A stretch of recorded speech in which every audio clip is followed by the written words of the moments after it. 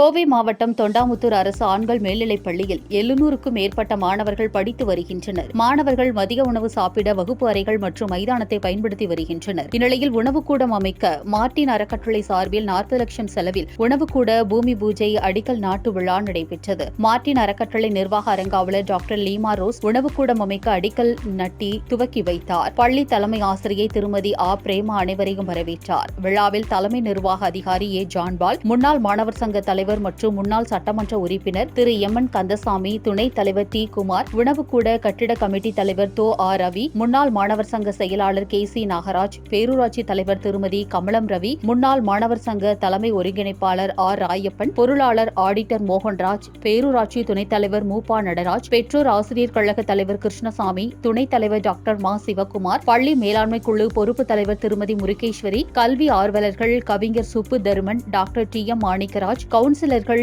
D. M. Thiyagu, Vanitha Nagaraj, முன்னாள் councillor D. M. Nagaraj, MP Dhanraj, Rotary சங்க தலைவர் என். ஜெயக்குமார், செயலாளர் ஜி. ராசசேகர், சமூக ஆர்வலர்கள் சி. வருண், அம்மன் ராஜ்குமார், பாலாஜி, மூர்த்தி உட்பட பலரும் கலந்து கொண்டு சிறப்பித்தனர்.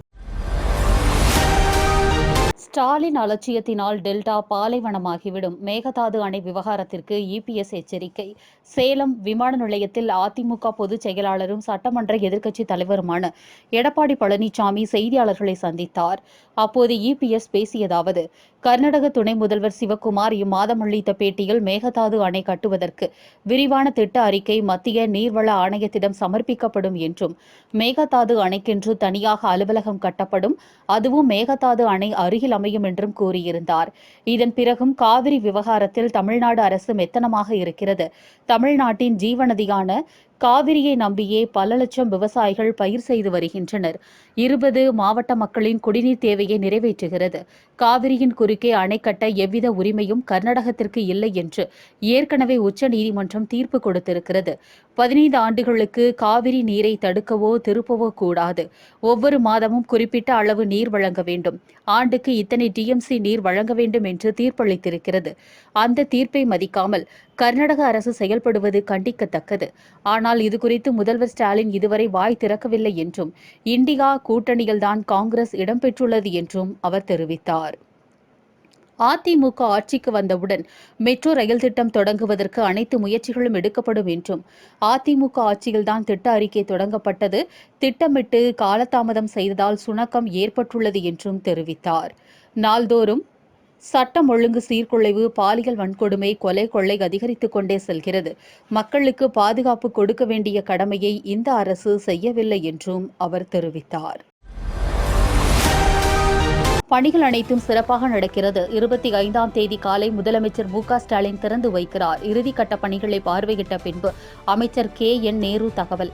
கோவை காந்திபுரத்தில் மத்திய சிறைச்சாலை வளாகத்தில் செம்மொழி பூங்கா கோவை மாநகராட்சி சார்பில் அமைக்கப்பட்டு வருகிறது. இதில் மூலிகை தோட்டங்கள், நீரூற்றுக்கள், மலைக்குன்றுகள், உணவகங்கள், படிப்பகங்கள், குழந்தைகள் சிறுவர்கள் விளையாடும் பகுதிகள் என்று பல்வேறு பொழுதுபோக்கு அம்சங்களுடன் கட்டப்பட்டு வருகிறது. இதன் திறப்பு விழா மற்றும் ஏற்பாடுகள் குறித்து நகராட்சி நிர்வாகத்துறை அமைச்சர் கே.என். நேரு பார்வையிட்டார். அப்போது அவருடன் திமுக மண்டல பொறுப்பாளர் செந்தில் பாலாஜி, மாநகராட்சி மேயர் ரங்கநாயகி, கலெக்டர் பவன்குமார், மாநகராட்சி ஆணையர் சிவகுரு பிரபாகரன் மற்றும் அதிகாரிகளும் உடன் சென்றனர். செம்மொழி பூங்கா பணிகள் நடைபெற்று வரும் ஒவ்வொரு பகுதியாக சென்று அமைச்சர் கே.என். நேரு ஆய்வு செய்தார். அப்போது அவரிடம் அதிகாரிகள் ஒவ்வொரு பணிகளாக விளக்கி கூறினர். அவர்களிடம் பணிகளை விரைவாகவும் சிறப்பாகவும் செய்து முடிக்கும்படி அமைச்சர் கே.என். நேரு உத்தரவிட்டார். அதன் பிறகு அமைச்சர் கே.என். நேரு நிருபர்களுக்கு பேட்டியளித்தார். அப்போது அவர் கூறியதாவது: செம்மொழி பூங்கா இறுதிக்கட்ட பணிகள் மிகவும் சிறப்பாக நடைபெற்று வருகிறது. அனைத்து பணிகளும் குறிப்பிட்ட தேதிக்குள் செய்து முடிக்கப்படும் என்றும், பூங்காவை வருகிற 25ஆம் தேதி காலை 11 மணிக்கு நடைபெறும் விழாவில் தமிழக முதலமைச்சர் மு.க.ஸ்டாலின் அவர்கள் திறந்து வைக்க உள்ளார் என்றும், பூங்கா 45 ஏக்கரில் அமைக்கப்பட்டுள்ளது. முதலமைச்சர் திறந்து வைத்ததும் பொதுமக்கள் பார்வைக்கு அனுமதி அளிக்கப்படும் என்றும் அவர் தெரிவித்தார். மெதுவாக வேலை செய்தால் மெதுவாக வேலை செய்கிறீர்கள் என்கிறீர்கள், வேகமாக வேலை நடந்தால் ஏன் வேகமாக வேலை நடக்கிறது என்று கேட்கிறீர்கள். பூங்காவை பராமரிப்பது, நிர்வகிப்பது குறித்து ஏற்கனவே அறிவித்தபடி பணிகள் செய்யப்படும் என்றும் அவர் தெரிவித்தார். அப்போது கோவை மாவட்ட திமுக செயலாளர்கள் துரை செந்தமிழ் செல்வன், தொண்டாமுத்தூர் ரவி, தளபதி முருகேசன், மாணவரணி செயலாளர் ராஜீவ்காந்தி, மாநகராட்சி துணை மேயர் வெற்றி செல்வன், திமுக பொருளாளர் எஸ்.எம்.பி. முருகன், திமுக துணைச் செயலாளர் கோட்டை அப்பாஸ் மற்றும் அதிகாரிகள், கவுன்சிலர்கள் உடன் சென்றனர். ஒரு தேதி சொல்லுங்களேன் சார். 2 நாள்லாம் 27, 28 அந்த மாதிரி ஒரு தேதி. ஏன்னா பொதுமக்கள் திறந்த உடனே முதல்வர் திறந்துட்டாரு பார்க்கணும்னு விருப்பப்படுவாங்க. தேதி தெரிவிக்க வேண்டியது கடமை இல்லை. December 1 sir. கட்டணங்கள் குறைவா இருக்குமா சார்?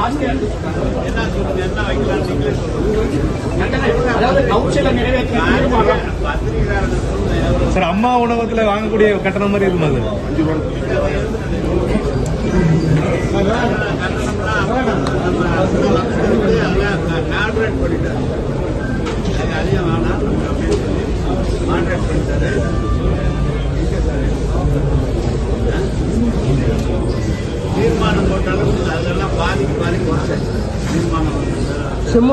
செம்மொழி பூங்கா நிர்வகிக்கிறதுக்குன்னு தனியாக அதிகாரிகள் அலுவலகங்கள் அமைப்பு இருக்குங்களா, இல்ல மாநகராட்சி தான் நிர்வகிக்கிறீங்களா?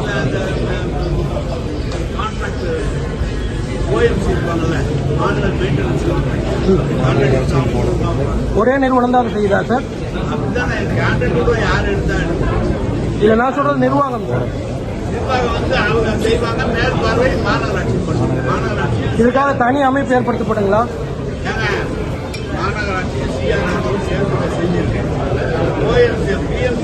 மொத்தம் ஆனுவல் மெயின்டெனன்ஸ் கான்ட்ராக்டர் மொத்தத்தையும் இருக்கிற எல்லா பணியாளர்களும் மெயின்டெனன்ஸ் பண்றது, மலர்கள்லாம் பார்க்கறது, கான்ட்ராக்டர் ரேட் பண்ணி விடுவாங்க. கான்ட்ராக்ட் இருக்கிறவங்க கொடுப்பாங்க, அவங்க ஒழுங்கா பண்றாங்க, நிர்வாகம் பார்த்து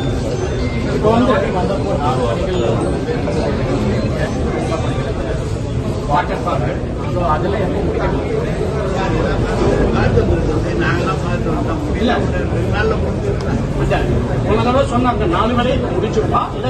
அதுக்கப்புறம் தான் ஒரே ஒரு வேலை அந்த என்ட்ரன்ஸ்ல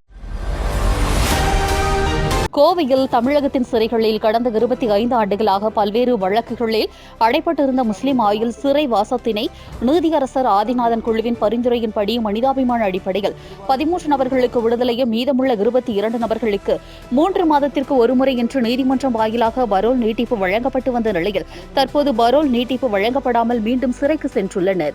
நீண்ட சிறை வாசத்திற்கு பிறகு பரோல் விடுப்பில் வந்ததால் அவர்களின் குடும்பங்கள் நிம்மதி பெருமூச்சுடன் இயல்பான அமைதியான வாழ்க்கையை நோக்கி பயணித்தனர். மீண்டும் அவர்கள் சிறைக்கு சென்றுள்ளது அவர்களது குடும்பங்களில் பெரும் இழப்பினையும் பொருளாதார சிக்கலிலும் உளைச்சலிலும் உள்ளனர். மேற்குறிப்பிட்ட 22 ஆயுள் சிறைவாசிகள் கடந்த 2 ஆண்டுகள் பரோலில் இருந்த காலகட்டத்தில் எவ்வித சட்டவிரோதமான நடவடிக்கைகளிலும் ஈடுபடாமல் நல்ல முறையில் இயல்பான வாழ்வை வாழ்ந்து வந்தனர். இவர்களின் விடுதலைக்கு முன் உதாரணமாக ராஜீவ்காந்தி வழக்கில் தமிழக அரசால் வழங்கப்பட்ட பரோலில் இருந்து வந்த பேரறிவாளன் உள்ளிட்ட 7 தமிழர்களுக்கு அளிக்கப்பட்ட விடுதலை மற்றும் தருமபுரி பேருந்து எரிப்பு வழக்கிலும் நன்னடத்தையின் அடிப்படையில் மாநில அரசால் விடுதலை வழங்கப்பட்டுள்ளது.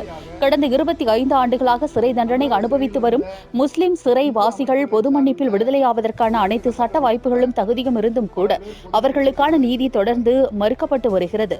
ஆகவே மத பாரபட்சமற்ற வகையில் முஸ்லிம் ஆயுள் சிறைவாசிகளின் விடுதலையை தமிழக அரசு உறுதி செய்திட வேண்டும் எனவும் அதுவரை அவர்களுக்காக நீட்டிக்கப்பட்ட பரோல் வழங்கிட வேண்டும் என்றும் தமிழக அரசினை கோவை இஸ்லாமிய கூட்டமைப்பின் சார்பில் வலியுறுத்தி கேட்டுக் கொள்கிறோம். ஆனால் அதனுடைய தொடர்ச்சியாக 22 முஸ்லிம்களுடைய விடுதலைகள் மறுக்கப்பட்டது. அதற்கு காரணமாக மதமும் அவருடைய வழக்கும் சுட்டிக்காட்டப்பட்டது.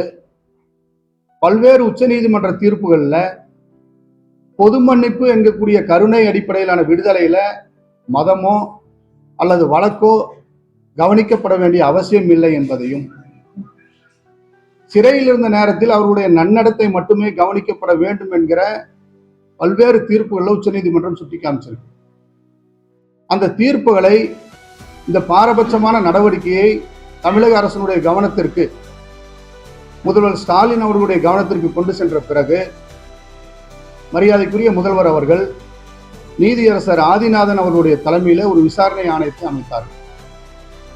அந்த ஆணையம் சிறையில் இருக்கக்கூடிய 22 முஸ்லிம் கைதிகளுடைய உடல்நிலையை, மனநிலையை ஆய்வு செய்து அந்த 22 பேருமே பல்வேறு உடல்நிலைகள் பாதிக்கப்பட்டு தொடர்ச்சியாக சிறைச்சாலையில் இருந்தார்கள் என்றால் மனநிலையும் பாதிக்கப்படுவார்கள் என்கக்கூடிய அறிக்கையும், அவர்களுடைய குடும்பங்கள் இருக்கக்கூடிய வறுமை சூழலையும் வெளிப்படுத்தி இவர்கள் எல்லாம் முன் விடுதலைக்கு, கருணை அடிப்படையிலான விடுதலைக்கு தகுதியானவர்கள் என்கக்கூடிய ஒரு அறிக்கையை தமிழக அரசுக்கு கொடுத்திருக்கிறார்.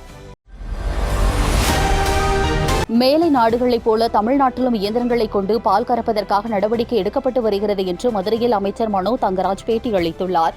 வருடம்தோறும் நவம்பர் 26ஆம் தேதி உலக பால் தினம் கொண்டாடப்பட்டு வரும் சூழலில் மதுரை மாவட்ட ஆட்சியர் அலுவலக கூட்ட அரங்கத்தில் பால்வளத்துறை சார்பில் தேசிய பால் தினம் கொண்டாடப்பட உள்ளதை முன்னிட்டு பால்வளத்துறை அமைச்சர் மனோ தங்கராஜ் தலைமையில் கூட்டுறவு பால் உற்பத்தியாளர்களுடன் கலந்தாய்வு கூட்டம் நடைபெற்றது. நிகழ்வில் வணிக வரி மற்றும் பதிவுத்துறை அமைச்சர் மூர்த்தி, மாவட்ட ஆட்சியர் பிரவீன்குமார் ஆகியோர் விவசாயிகள் பங்கேற்றனர். பின்னர் பால்வளத்துறை அமைச்சர் மனோ தங்கராஜ் செய்தியாளர்களை சந்தித்து பேசுகையில், மதுரை மற்றும் தேனி ஆவின் பால் கூட்டுறவு சங்கங்கள் நல்ல லாபத்தில் இயங்கி வருகிறது. தமிழகத்தில் உள்ள அனைத்து பால் கூட்டுறவு சங்கங்கள் லாபத்தில் இயங்கக்கூடிய சூழலுக்கு வந்துள்ளது. மதுரை ஆவின் லாபத்தில் இயங்கியதால் பால் விவசாயிகளுக்கு லிட்டருக்கு ₹1 ஊக்கத்தொகையும், தீவனமும் கிலோ ₹2 மானியமும் வழங்கப்பட்டது. ஆவின் பொருட்கள் விற்பனையிலும் கூடுதலாக 50,000 லிட்டர் கொள்முதலில் மதுரை ஆவின் சாதித்துள்ளது. பால் உற்பத்தி செய்யும் விவசாயிகளுக்காக தமிழக அரசு நடவடிக்கை எடுத்து வருகிறது என்றும் அதற்கு விவசாயிகள் வரவேற்பு தெரிவித்து வருகிறார்கள் என்றும் அவர் தெரிவித்தார். மேலும் ஒவ்வொரு நாளும் ஒவ்வொரு விலையில் தனியார் நிறுவனங்கள் விவசாயிகளிடமிருந்து பாலை கொள்முதல் செய்கிறது. ஆனால் ஆவின் நிறுவனம் நிலையான விலையில் விவசாயிகளிடமிருந்து பாலை கொள்முதல் செய்கிறது. பால் கொள்முதலில் ஆவின் நிறுவனம் விவசாயிகளுக்கு 7 முதல் 10 நாட்களுக்குள் பாலுக்கான பணம் வங்கி வாயிலாக வழங்கப்பட்டு வருகிறது என்றும் பேசினார். பால் கொள்முதலை பொறுத்தவரை நம்ம அதுலேயும் ஒரு சுமார் 50,000 லிட்டர் பால் கொள்முதல் கூடியிருக்கிறது. ஸோ இப்படி அனைத்திலும் இது வந்திருக்கிறதுக்கு காரணம் இன்றைக்கி இந்த திராவிட மாடல் அரசில் நம்முடைய மாண்பு முதல்வருடைய வழிகாட்டத்தில் எடுத்திருக்கக்கூடிய பல்வேறு நடவடிக்கைகள் தான். நான் இன்றைக்கு காலையில் கூட பல கிராமங்களுக்கு சென்று விவசாய பெருங்குடி மக்களை நேரில் சந்தித்து அவர்களோடு கலந்துரையாடி அவருடைய கோரிக்கைகளை நாங்கள் கேட்டோம். அப்போது அவர்கள் இன்றைக்கு அரசு வழங்கியிருக்கக்கூடிய விலை உயர்வு, அதே போன்று அந்த ₹3 ஊக்கத்தொகை, சிறந்த தரமான பாலுக்கு வழங்கப்படுகின்ற ₹1 ஊக்கத்தொகை, அதே போன்று அவர்களுக்கு தொடர்ந்து வழங்கப்பட்டிருக்கின்ற கடன், இன்னும் 85% மானியத்தோடு கூடிய காப்பீடு போன்றவை எல்லாம் ஒரு மிகுந்த வரவேற்பை விவசாய பெருங்குடி மக்கள் மத்தியில் ஏற்படுத்தியிருக்கிறது.